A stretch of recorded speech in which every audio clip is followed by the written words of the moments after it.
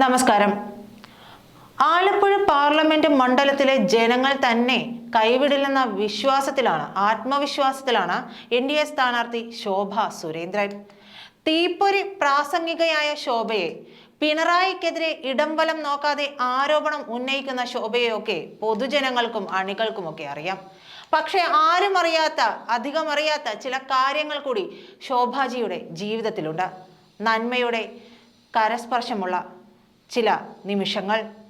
ജീവിതത്തിന്റെ കനൽ വഴികളിലൂടെ മുന്നേറിയ തനിക്ക് സാധാരണക്കാരുടെ നൊമ്പരങ്ങൾ തൊട്ടറിയാനാകുമെന്ന് പലപ്പോഴും ശോഭാജി പറയാറുണ്ട്.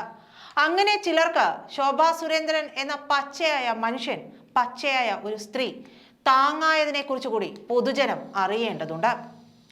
അക്കാര്യങ്ങളിലേക്ക് കൂടി ഈ സമയത്ത് പോകേണ്ടതുണ്ട്. അതിനായി ശോഭാജി ഒരു ചാരിറ്റബിൾ ട്രസ്റ്റ് കൂടി കൊണ്ടുവരികയാണ്. അതിന് പിന്നിലെ കാരണം ഇങ്ങനെയാണ്. ചെയ്യേണ്ട കാര്യങ്ങൾ സംസ്ഥാന സർക്കാർ ചെയ്യാത്തതിനാൽ പലരും ദാരിദ്ര്യത്തിന്റെ പടുകുഴിയിൽ. സമൂഹത്തിൽ നോക്കാൻ ആളില്ലാത്തവരുടെ എണ്ണം വർദ്ധിക്കുന്നു. അവരിലേക്ക് കൂടുതൽ ശ്രദ്ധ കേന്ദ്രീകരിക്കേണ്ടിയും വരുന്നു. സുഗതകുമാരി ടീച്ചറിനെ പോലെ സ്ത്രീകൾക്ക് ഓടിയെത്താൻ ഒരാശ്രയ കേന്ദ്രമായി ഞാനുണ്ടാകും. ആ ലക്ഷ്യത്തോടെ രൂപീകരിച്ച ഗാർഗി ചാരിറ്റബിൾ ട്രസ്റ്റ് രജിസ്ട്രേഷൻ നടപടികൾ ഇപ്പോൾ പൂർത്തിയാക്കിയിരിക്കുകയാണ്. ശോഭാജിയുടെ ഏറെ നാളത്തെ ഒരു ആഗ്രഹം. പോണ്ടിച്ചേരി വിനോദസഞ്ചാര വകുപ്പ് മന്ത്രി ലക്ഷ്മി നാരായണനും ഉദിത് ചൈതന്യ സ്വാമിയുമാണ് ട്രസ്റ്റ് രക്ഷാധികാരികൾ. വിപുലമായ തരത്തിൽ അർഹരിൽ സഹായം എത്തിക്കുകയാണ് ഇതിലൂടെ ശോഭാജിയുടെ ലക്ഷ്യം. ഇനി ഇതിലേക്ക് വേണ്ടി തന്റെ കാര്യങ്ങൾ നടപ്പിലാക്കാൻ വേണ്ടി ശോഭാജിക്ക് എവിടെ നിന്നാണ് ഈ ആസ്തിയൊക്കെ ഉണ്ടായതെന്ന് കൂടി നമ്മൾ അറിയേണ്ടതുണ്ട്.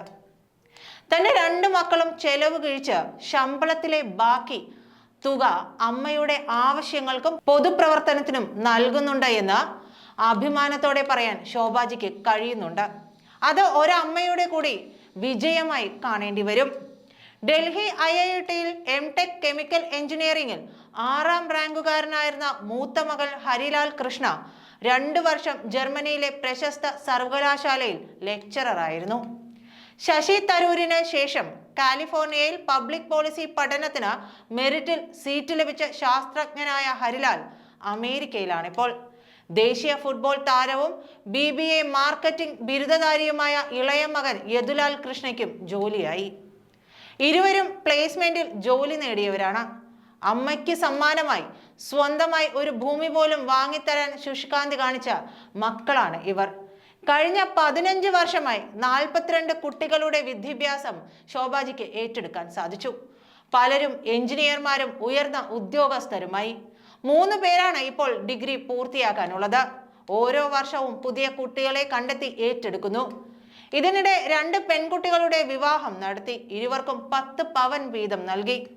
വരുമാനമായതോടെ 3 കുട്ടികളുടെ വിദ്യാഭ്യാസ ചെലവ് മൂത്ത മകനും 1 കുട്ടിയുടേത് ഇളയ മകനും വഹിക്കുന്നുണ്ട്. സഹായം അർഹിക്കുന്നവർക്ക് വേണ്ടി പ്രവർത്തിക്കുമ്പോൾ ബാധ്യതകളും സ്വാഭാവികമാണ്. ഏതൊരു ആഘോഷവേള വന്നാലും തലേ ദിവസം മനസ്സിൽ ആദിയായിരിക്കും. ഞാൻ ഉത്തരവാദിത്തം ഏറ്റെടുത്ത മക്കൾക്ക് ആഘോഷം ഉറപ്പാക്കും വരെ ഒരമ്മയുടെ വേവലാതികൾ തന്നെ വേട്ടയാടുമെന്നും പറയുകയാണ് ശോഭാജി. ഇതാണ് ശോഭാജി എന്ന പച്ചയായ സ്ത്രീ. ഇവരെയൊക്കെ നമ്മൾ എങ്ങനെയാണ് കാണാതെ പോകുന്നത്? ഇവരെ പോലുള്ളവരെയൊക്കെ തന്നെയല്ലേ ജയിക്കേണ്ടത്? ഇവരല്ലേ നമ്മൾക്ക് വേണ്ടി പ്രവർത്തിക്കേണ്ടത്? നന്ദി.